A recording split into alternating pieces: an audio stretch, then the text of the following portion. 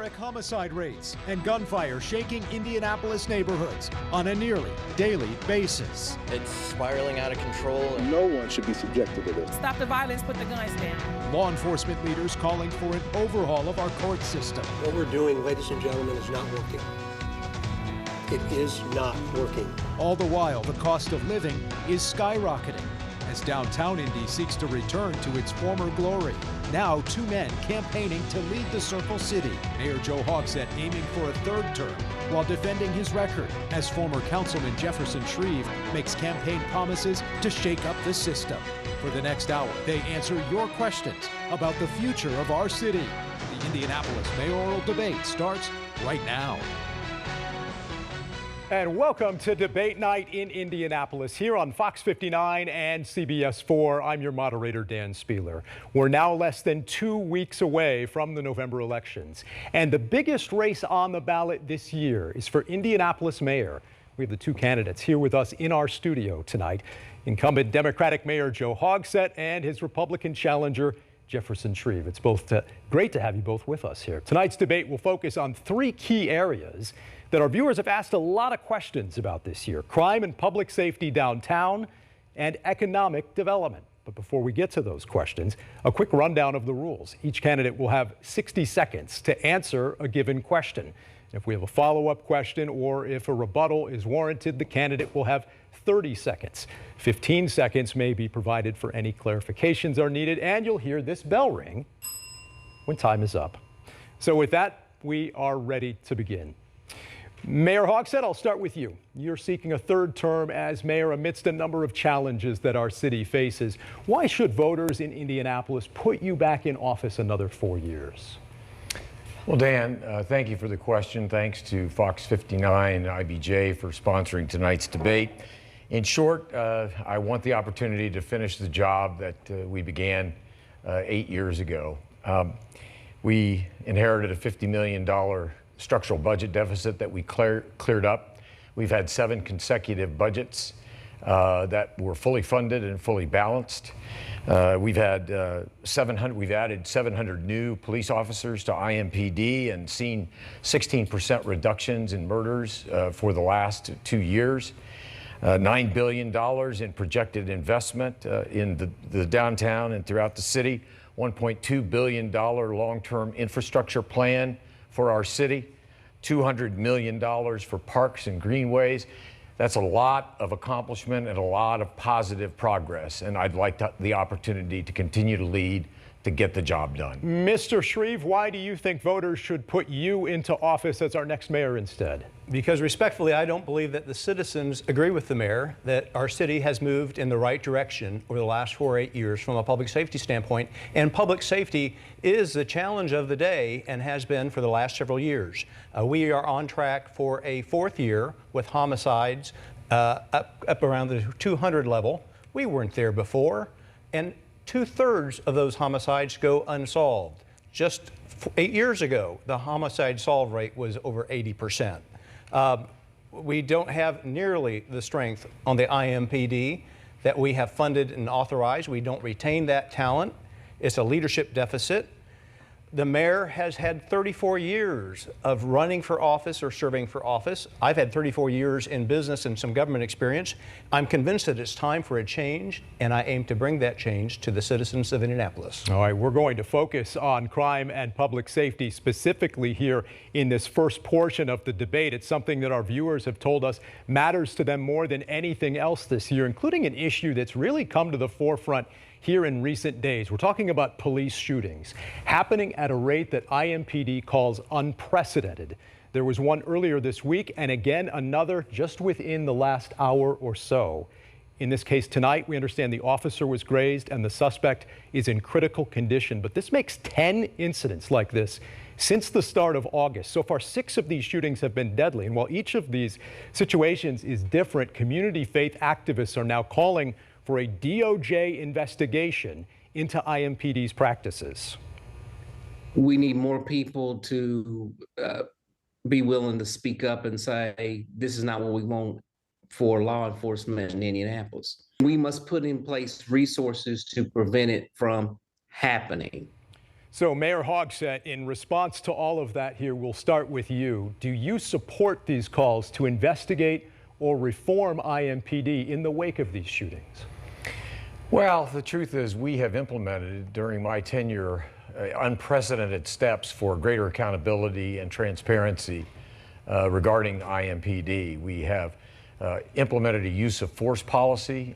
We have made progress with majority civilian support for our use of force review board. We have now made our general orders committee subject to civilian majorities. And as a result, I think have made the process of investigation of police action shootings or any use of force more transparent and more accountable than has ever been the case in the history of the city of Indianapolis. This administration has done that, and I'm proud of that accomplishment. And so I would welcome any kind of input. I used to work for the Department of Justice, and I know them quite well. But the fact is, I welcome any kind of questions that need to be answered. Mr. Shreve, your response to that, and does this concern you to see this happening at such an alarmingly frequent rate? Oh, greatly. I mean, this 10th incident yet this evening is evidence of that. We need a department that has all the tools of transparency at their disposal, both for the protection of our citizens and our officers that serve our community.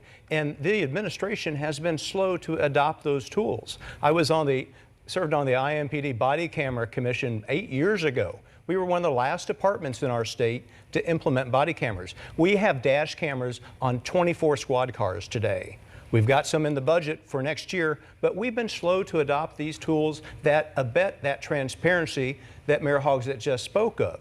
We are behind the times in the utilization of those very tools that will be helpful in incidents such as this tragic one that we have. And I'm certain that part of this is underpinned in the shortage of police staffing. They're in a defensive crouch and very jittery in their work. And we'll get into that in just a moment, too. I also want to ask a quick follow-up here. Mr. Mayor, what about liability for the city? We uncovered some numbers recently showing the city spent more than $16 million on settlements with IMPD from 2015 to 2020. So a quick follow-up here. Might the city potentially be on the hook for a number of additional settlements this year? Mr. Mayor, you have 30 seconds on this. Well, I can't predict what ensues in terms of litigation. I do know that we are oftentimes involved in it, and we defend it. We defend our officers where that is appropriate with real vigor. If there are incidents that would better serve the taxpayers by being settled, then we do so. We do what is right for all the right reasons. Okay, more broadly here on crime and policing, you've both made campaign promises to put more police officers on the street. Mr. Shreve just referenced that. As of this week, IMPD reports it has just over 1,500 sworn officers on duty. 300 officers or so fewer than the department's budget calls for. That was also a big part of the new budget just passed by the council. So let's take a question here from one of our viewers, and it's directed toward you first here, Mr. Shreve, from Stephanie McCarthy, who asks, police departments are shorthanded nationwide. What solutions do you have to solve a problem no one else seems able to solve? Mr. Shreve, what's your response to that? Well, I acknowledge that the problem is acute, but acutely more so for the IMPD than other police departments in our state. And that the IMPD is losing veteran talent to departments on the periphery of Indianapolis or beyond, or those that are just leaving the profession. The challenge isn't fiscal. I served on the IMPD Staffing Commission. I served on the council when we provided the money to up the number of staff positions. The challenge is leadership or a lack of leadership with which to support the men and women on our force so they choose to work for the capital city's police department. It should be a point of pride to serve in the department of Indiana's only first-class city, but far too many vote with their feet and go to work for other departments. Mayor Hogsett, what is your response to that, and what's your plan to fill those open positions? You've budgeted for them now, but actually filling them has been a challenge. How do you make it happen? Well, Dan, we are being very aggressive in the recruiting process. I'm proud to report that we have raised the first and second year officer salaries When I first took office, a first-year officer, for example, was making $39,000 a year. Currently, they make $72,000 a year. That's an 85% increase. We're giving our veteran officers retention bonuses. We are recruiting vigorously, not only here in Indianapolis, not only in Indiana, but throughout the country. And we believe that providing as good a benefits and as good a package of salaries will help us recruit officers. And then with collective bargaining coming up next year, we'll enter into a new collective bargaining agreement with the FOP that I think will be favorable. And we have the largest budget in the history of Indianapolis provided for IMPD. I'm proud of that, and I'm proud that it passed unanimously. All right, and as we talk about crime tonight and also guns, let's go to another question here from one of our viewers. It comes from Christine Orr. She wants to know, how will you control the gun violence in Indianapolis? She says it's out of control. She says our community needs safety from retaliation. Mayor Hogsett, I'll start with you here, 60 seconds. What can the city do about gun violence, specifically with numbers that have really been dramatically on the rise in recent years, sometimes impacting our youth as well?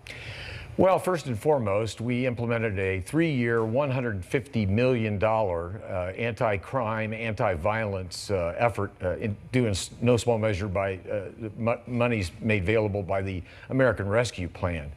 So that's a beginning. We've had peacemakers and violence interrupters spread out throughout the community. And frankly, we're also leading the way in gun safety, prospective gun safety legislation, where we would raise the age that one could purchase a weapon. We would do away with concealed carry. We would do away with permitless carry.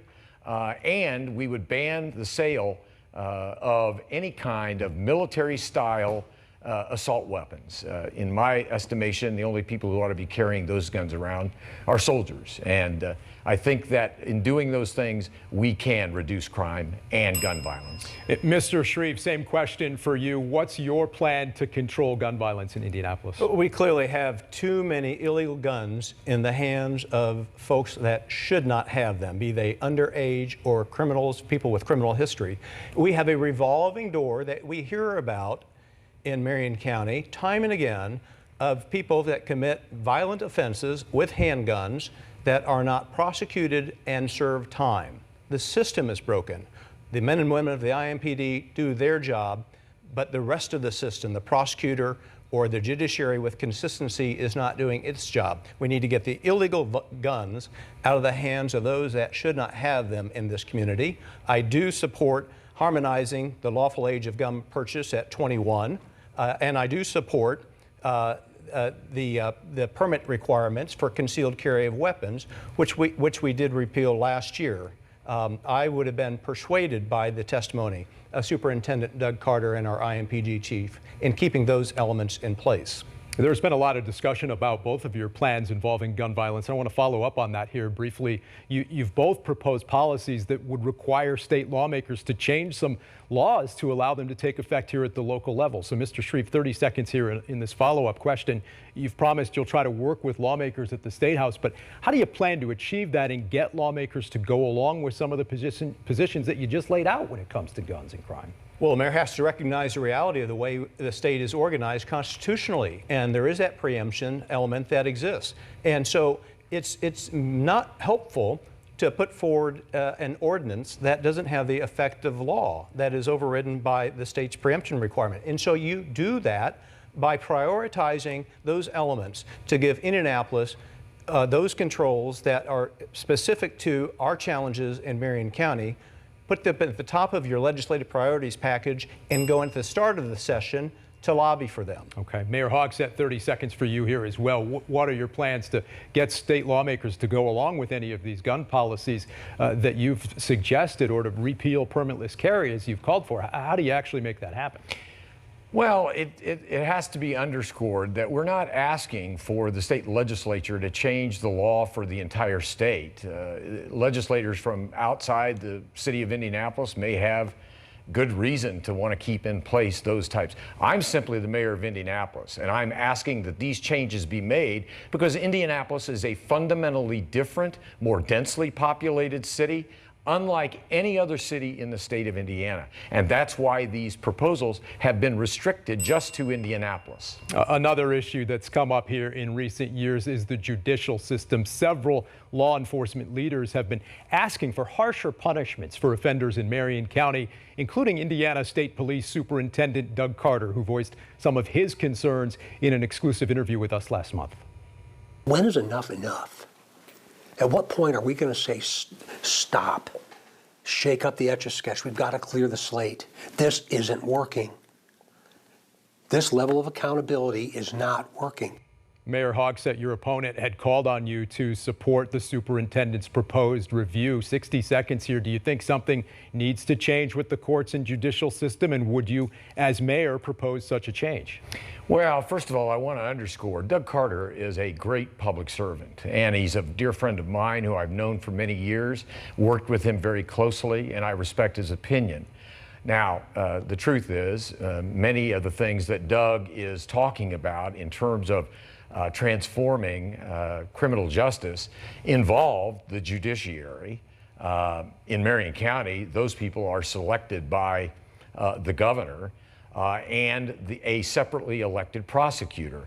I focus as mayor on those elements of public safety over which I, as mayor, have control. And so in response to Doug's suggestions, I always welcome his suggestions. I listen to them and would be willing to work very closely with him to implement them. I'm just simply pointing out that much of what Doug finds wrong with the system really doesn't involve the mayor's control, but really is prosecutorial and judicial in nature. Mr. Shreve, 60 seconds for you as well. You have called for that reform. How would you change the system at all if given the opportunity? Yeah, well, I agree with the superintendent in the position that he has taken, and I think it's something of a cop-out for any mayor to say, these other elements are beyond my control. If it relates to the safety and well-being of the citizens of the city that you are going to lead, you've got to use your mouthpiece and your heft to get the system to work together. You've got to communicate, talk to your prosecutor. You've got to communicate with the judiciary. You've got to get the ecosystem of public safety working together, rather than saying, look, that's not in my lane, not my responsibility. If it relates to the safety of the citizens of this city, it will be my responsibility. Another question here from a viewer, and it's a topic that we've heard from a lot of our viewers, talking about the social justice protests that descended into riots in downtown Indy in 2020. That violence left businesses and some public infrastructure damaged. Mayor Hogsett, several viewers, including Chris Walden, submitted questions asking what you were doing during the unrest in 2020. At the debate you had on Monday, you said you were working from home. Local Republicans responded saying they wanted to see some evidence or proof that was the case. What's your response to that? And do you have any regrets about not being more visible that weekend in 2020? Well, I answered the question last Monday night when it was offered, and I'll be glad to answer it again. I worked all weekend long, Monday night, all day Saturday, all day Sunday. Sometimes that was at home. I thought that Phil Sanchez's question was specifically directed toward where I was on Friday night, which was working at home. But I came into the office, worked on the 25th floor, literally all day Saturday, meeting with groups of not only protesters, but also law enforcement officials. I was over at the emergency operations headquarters on several occasions. I was holding press conferences to help the public understand what was happening and why it was happening. And so that was an incredibly difficult but busy weekend. Do I have one regret over and above any other? It's not walking around the downtown with Russ McQuaid of Fox 59 when he asked me to at 7 o'clock Saturday morning. Mr. Shreve, 60 seconds for your response to that. What would you have done differently? My response would have been quite different. I'd have been on the scene. I would have led. I would have been visible. I would have been communicative with the leadership of the IMPD. I would be right downtown where the riots were occurring and the property destruction where we let our officers stand aside by their orders. We ordered them not to do that which they are trained to do. And that was scarring. It's had long-term consequences to the morale of the IMPD. It is certainly a factor in the losses that we've had of officers. And do I just buy into that notion that I'm going to work from home in an incident like that? Mayor Shreve would be on the scene right downtown in the Mile Square. Mayor Hogsett, 30 seconds for a rebuttal, if you wish. Jefferson, you obviously weren't listening to what I was saying. I was not working from home the entire weekend. In fact, most of the weekend, I was on the 25th floor. I was meeting with law enforcement officials. And frankly, that's exactly what a mayor can and should do. And that's exactly what I did. It's important to underscore as well, no one was ever ordered to stand aside. That simply did not happen. Were orders given to stand back and give the protesters some room? I believe they were, and I think it, for the time being, helped the situation. It's certainly a situation that a lot of our viewers have been asking about. We're going to be taking more questions from our viewers tonight, but right now we need to take a quick break as we continue our discussion about downtown Indianapolis. Straight ahead as the Indianapolis mayoral debate continues after this.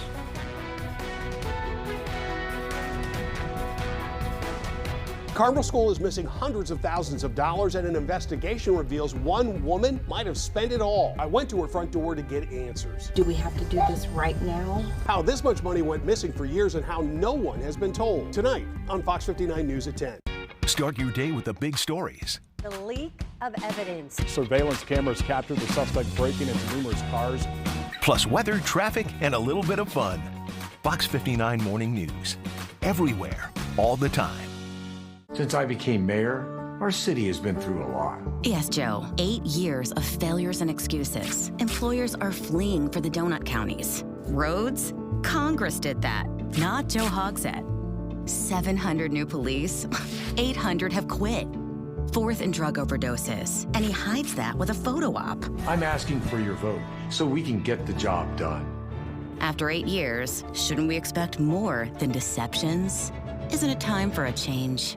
Hey Hoosiers, have you heard about College Choice 529? Indiana's College Choice 529 savings plans are the easy and affordable tax-advantaged way to save for future education costs. And we're not just talking college. 529 plans can be used for tech and trade schools, registered apprenticeships, and more, all for as little as $10 a month. Get started and help your child reach their potential at collegechoicedirect.com/plans. Read the disclosure booklet carefully before investing. Sponsored by College Choice 529, the Indiana Broadcasters Association, and this station. Donald Trump. And here's Jefferson Shreve. He's an original supporter of Donald Trump. Trump went on to lie over 30,000 times, was accused of sexually assaulting 21 women, and it all led to this.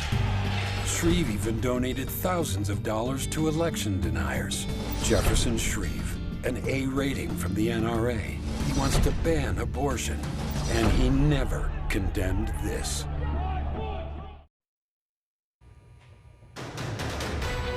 Welcome back to your local election headquarters, and the Indianapolis mayoral debate. The Circle City's next 4 years are on the line in November. And the Fox 59 CBS 4 mayoral debate continues tonight with candidates Mayor Joe Hogsett and Jefferson Shreve here with us in our studios this evening. Our next section of questions relates specifically to downtown Indianapolis. The COVID-19 pandemic, the riots in 2020, and a continued lack of in-office workers at major employers has made life difficult for business owners in Indy's core downtown district. And that's the basis for this next viewer question, which comes from Tiamo Harris. Tiamo asks, what will be done to bring downtown Indy back to its former glory? This is for both candidates. You'll each have 60 seconds. And Mr. Shreve, I'll start with you. Well, I would characterize that former glory as accurate because our downtown has not returned to the vibrancy that we had when I began working downtown more than 30 years ago at the corner of Illinois and Ohio Street.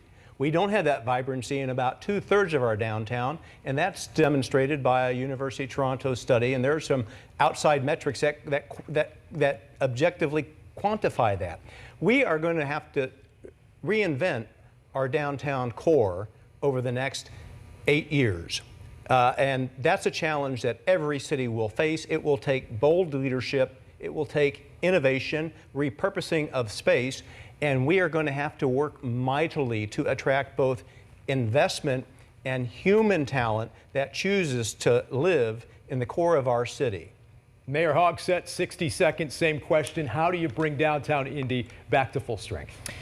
Well, it's been estimated by the Indianapolis Business Journal that there may very well, over the next 4 or 5 years, be $9 billion in investment in downtown. And I think that will go a long way toward propping our downtown back up with the resilient strategy that the city has enjoyed.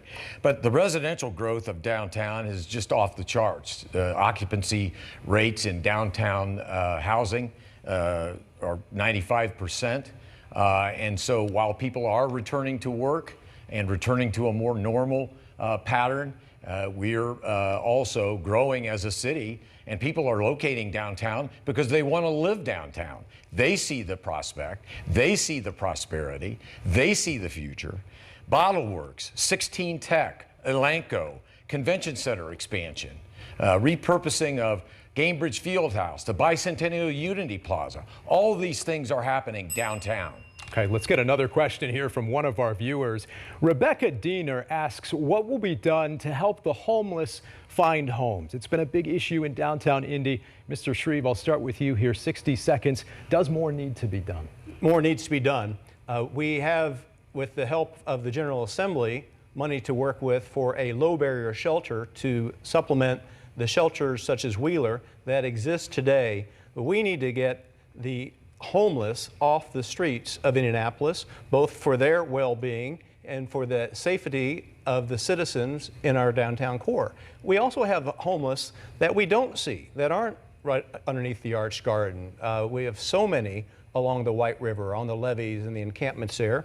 And we need to be careful in distinguishing between homelessness, panhandling, and mental health issues. And so the investment in other homeless options needs to be coupled with a greater investment in mental health care, because so often they're coupled. Mayor Hogsett, 60 seconds. What's your response to that? And do you plan to change course at all in your approach on this issue? Yeah, I just want to clarify one thing. It's not a low barrier shelter as a shelter is often considered that the state and the city have partnered to build. It's actually a housing hub, a 24-hour-a-day respite for those who find themselves chronically unsheltered, and it will help them move down the path of getting permanent supportive housing and the supportive services that they need to stay there. We've seen an increase in federal support for homeless intervention and prevention over the last 8 years, 2 times over.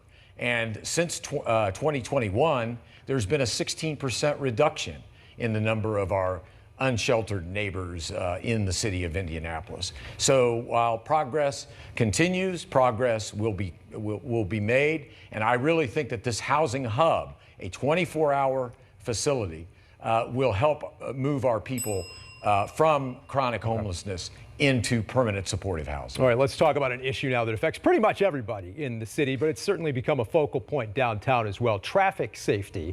Viewer Jennifer Fouts asks, drivers are speeding, driving aggressively, and running red lights with reckless abandon. As mayor, how will you keep Indy streets safe for pedestrians and drivers? And building on that, how long will the city actually be able to enforce this new ordinance for downtown Indy, preventing some right turns on red in the downtown area? Mr. Mayor, we'll start here with you, 60 seconds. Well, let me make it clear. I certainly support. I was at the announcement for the right turn on red prohibition, and I think it will have profound, has already had profound impacts. But pedestrian safety generally is a very important issue, not just downtown, but throughout the entire city. And that is why I'm very pleased that we have listened not only to the neighbors and the neighborhoods, but we are looking at the data and we are making investments in safe streets and the types of crosswalks, the types of alternative trails that might provide pedestrians a safer place to get to and from places, or even the types of investments that we're making with street lights and streetscapes. And I think all of those in conjunction with one another will help us address what has come to be a little bit of a problem, and that is pedestrian safety. So, Mr. Shreve, 60 seconds. What's your response to that, and what new ideas would you bring to this discussion? Well, I would offer that there is no enforcement of the right turn on red prohibition. There is essentially no enforcement of the speed limit requirements because we don't have the staffing in place to begin to accomplish that. And so we pass ordinances that have no real meaning. And that's the part of the problem behind the escalating incidence of pedestrian vehicle incursions. If we're going to pass an ordinance, we've got to have the bandwidth, the human capacity to enforce that. And we don't today. I do think that those decisions at the intersection level should be made by the district councilor, of which I once was, rather than the General Assembly. And I disagreed with the way this played out on a blanket fashion. I think that these decisions ought best be kept close to the local government level, at the district council level. Okay. We've got much more to come as we team up tonight with the IBJ to talk more about the economy in downtown Indianapolis and all throughout the city as the Indianapolis mayoral debate continues right after this. Stick around.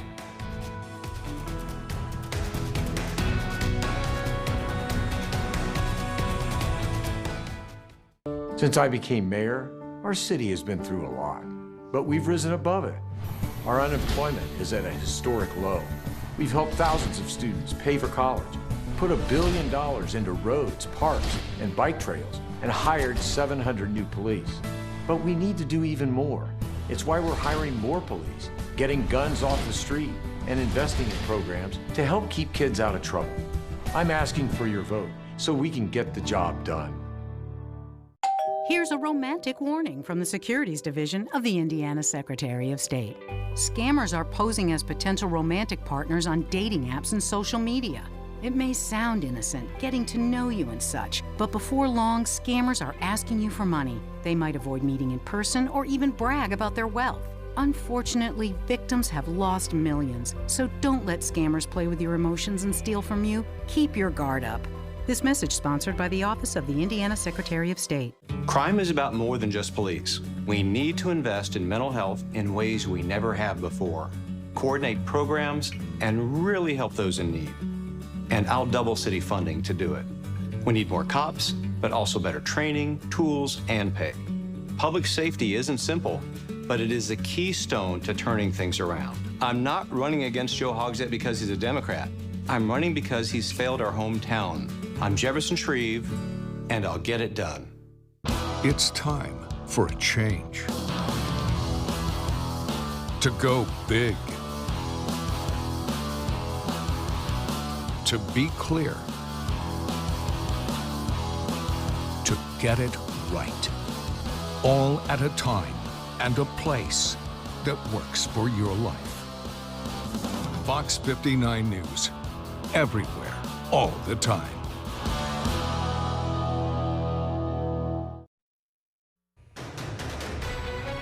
Welcome back to the Indianapolis mayoral debate on Fox 59 and CBS 4. Two men running for mayor of the Circle City, Joe Hogsett and Jefferson Shreve, joining us live right here in our studios tonight. Once again, I'm your moderator, Dan Spieler. I'm joined right now by Leslie Weidenbender from the Indianapolis Business Journal for this next segment, covering topics of economic development. Leslie, welcome to you. Great to have you here. Thank you so much, Dan. I appreciate it.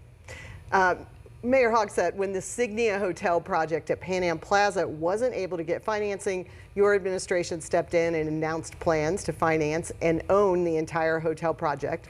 Critics have said that if the private sector can't justify financing the project, should the city do it either? Why did you step in and decide to go ahead and finance that?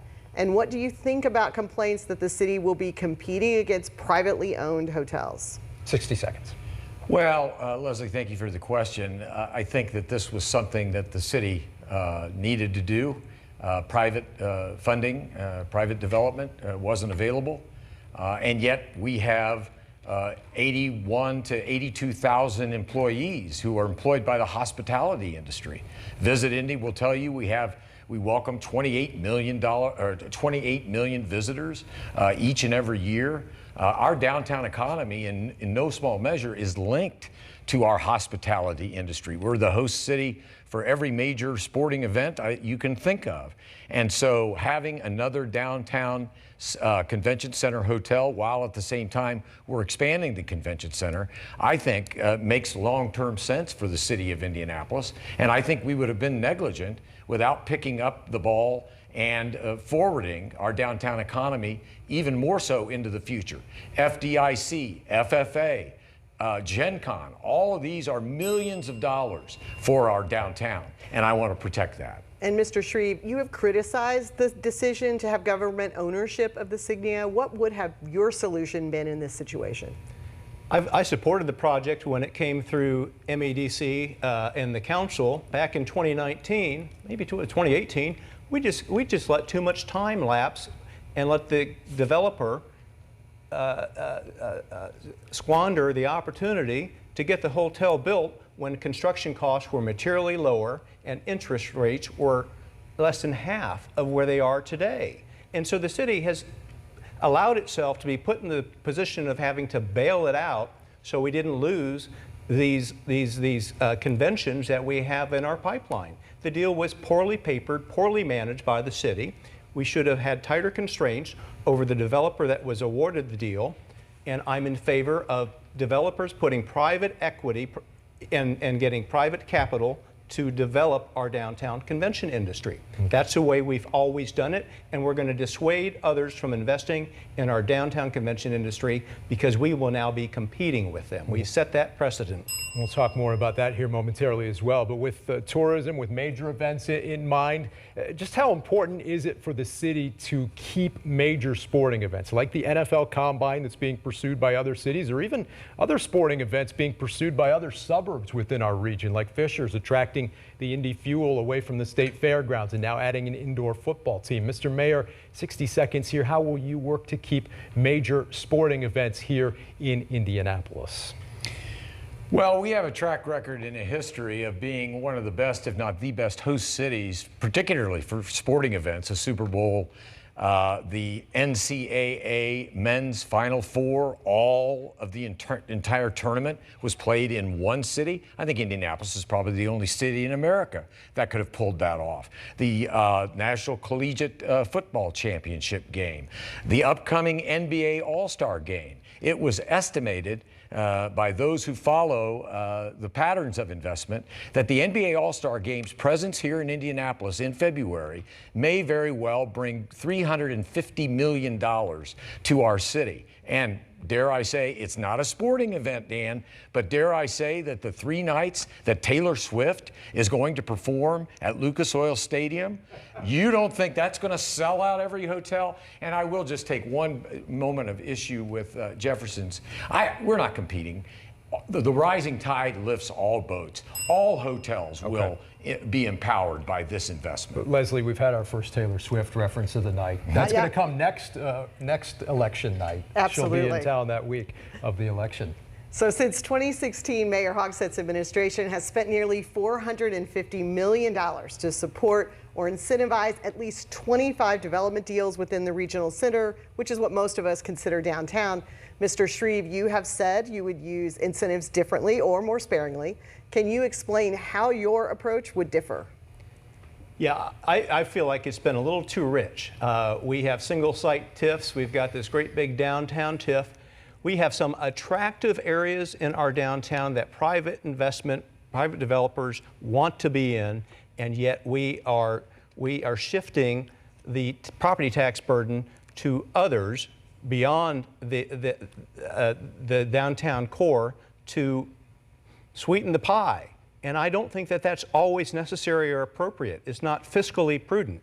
We don't need to create single site TIFs for a residential project right on Mass Avenue, but we have. And so I would be more judicious in applying that tool because there are other parts of our city, other parts of our county that do need that investment. and it's just more equitable.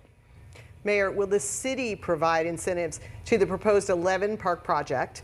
And where are you in those negotiations?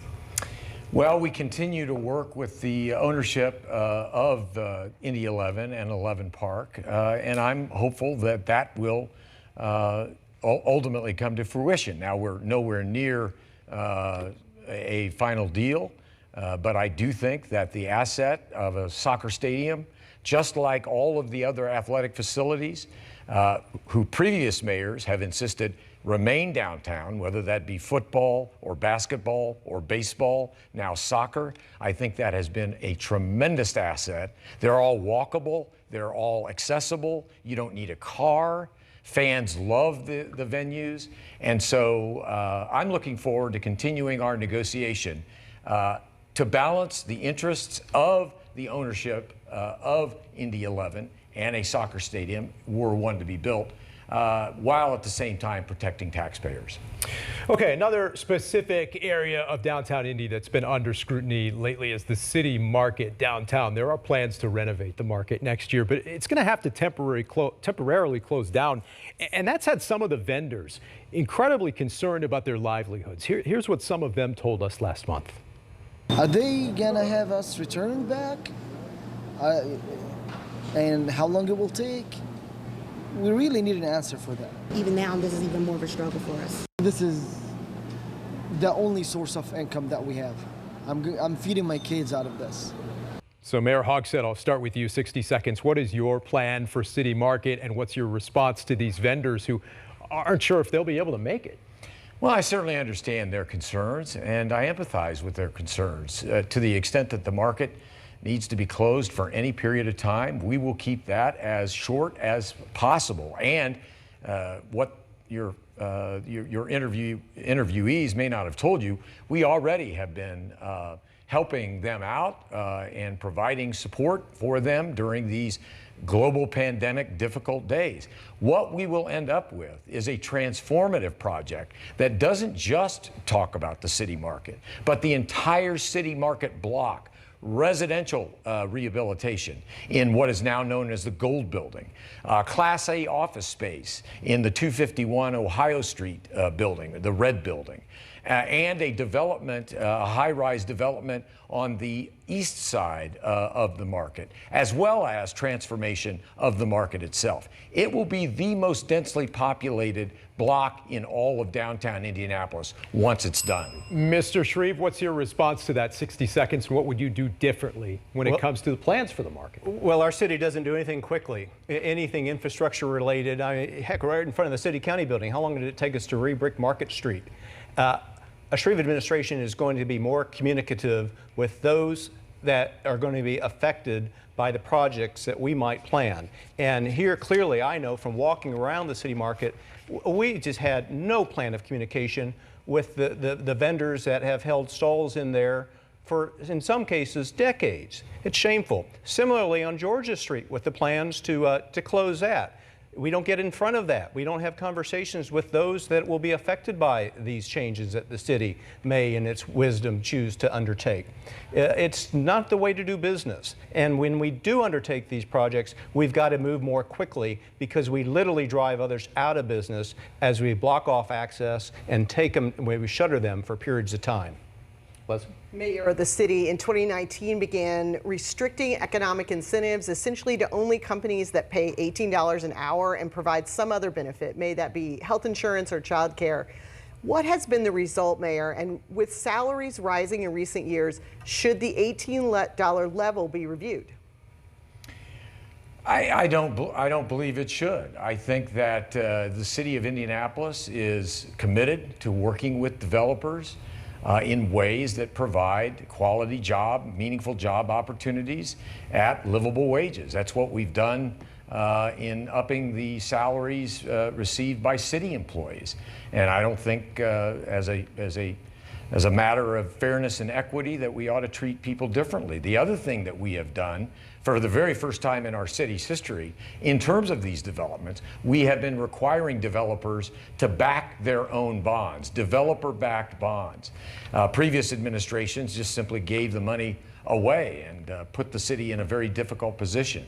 We have insisted that they participate in the risk in significantly greater ways than they have been asked in the past, and I think that's the right thing to do as well. Mr. Shreve, would you keep the $18 per hour salary requirement in place for incentives? Well, I don't think that is effectively in place as it stands today. I mean, just being out at Animal Care Services recently, we don't start people out there at $18 an hour. I think that the market needs to set the rates that we need to fill the positions that are incumbent upon us as the leaders in delivering services for this city. And we've got far too many vacancies at departments all across the Hogsett administration, be they in the Department of Business and Neighborhood Services or Animal Care and Control. But it's not the case that everyone starts at $18 an hour. And heck, lifeguards at pools that are open for 4 or 5 weeks over the summer certainly aren't at that level. Am I supportive of it? I'm supportive of paying what we need to pay to provide the services that the citizens should expect the city to deliver. And we'll talk about animal care momentarily, some news on that today. In the meantime, we have another question here from the west side of Indianapolis from the executive director of the West Side Chamber, Jerry Knoop. Jerry? Thank you, Dan, and thanks to our candidates for presenting your positions in front of the public in an open forum like this. Our question is, the West Side Chamber has seen service-related jobs growing along the west side of Indianapolis as the service industry continues to grow. How will your administration address the need for quality housing for those with moderate incomes? What will you do to encourage quality single-family homes that are affordable? Mayor Hogsett, I'll start with you. 60 seconds. How will you address the need for affordable housing? Well, housing is needed across all price points. You really can't build the housing fast enough for a growing city like the city of Indianapolis. We've been very happy to be able to announce just over the course of this past year 5,000 new units coming on board of affordable, workforce, below market rate housing that would be adequate for those whose household median income may not be quite as high to buy a different type of housing unit.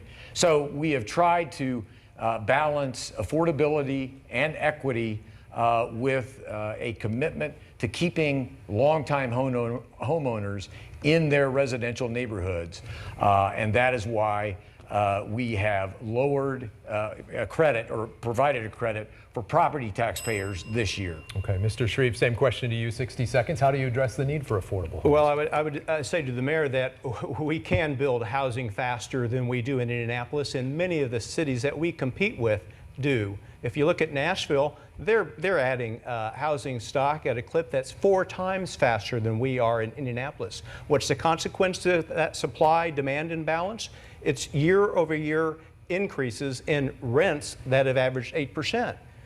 Household incomes aren't growing by an average of 8%, and it's not okay that rents are growing at that rate in Indianapolis. We have made the process too gummy, too unpredictable, too slow for the investor developers that want to add more market rate housing, whether it's modestly priced workforce housing or premium housing or single family housing. The process is unpredictable. It is too slow.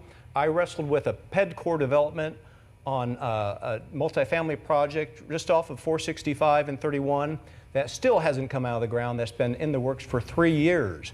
2 Chicks and a Hammer were in my district. You can finish your thought briefly. Redevelopment of existing housing stock is so gummy that they've abandoned Indianapolis. Okay, Mr. Shreve, thank you so much. Our time is almost up. Here, Leslie, our thanks to you for being here today. We'll be back with some closing statements and hopefully some time for a couple more questions from our viewers as well. Stick around.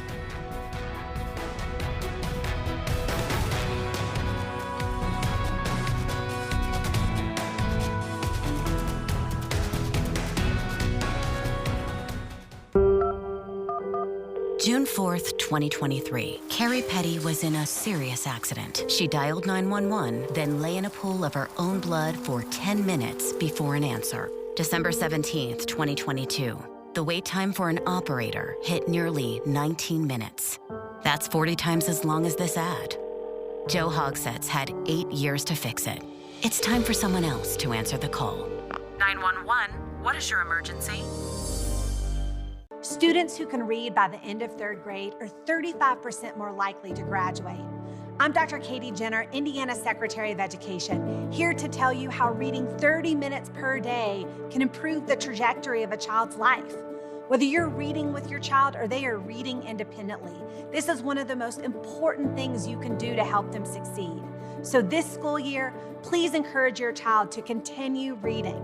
It's a small habit that makes a big difference. Jefferson Shreve, an A rating from the NRA, then campaigned door to door with a supporter flashing a handgun. His explanation? What is the message it sent, do you think? I didn't intend to send any message. I simply didn't. I didn't ask about intent. I'm talking about the message as received. Oh. At this point. Well, gosh. A Carmel school is missing hundreds of thousands of dollars, and an investigation reveals one woman might have spent it all. I went to her front door to get answers. Do we have to do this right now? How this much money went missing for years and how no one has been told. Tonight on Fox 59 News at 10.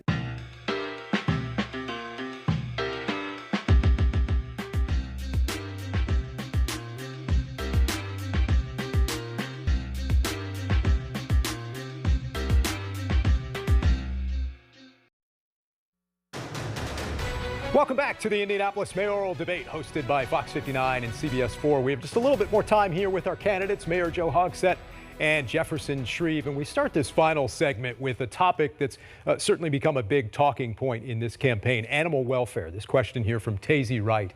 She asks, what are your plans to reform the current situation at IACS? Indianapolis Animal Care Services has made no secret that it's overcrowded, underfunded, and struggling to find homes for stray animals in the city. Our own investigations have uncovered the staff's frustration with leadership. Just this morning, the mayor's office announced a new location for the new shelter. Mr. Mayor, your opponent called it, quote, dirty politics, using animals as collateral because of the timing of that announcement. 60 seconds here. What's your response to that, and what will it take to reform IACS so that these problems don't keep happening?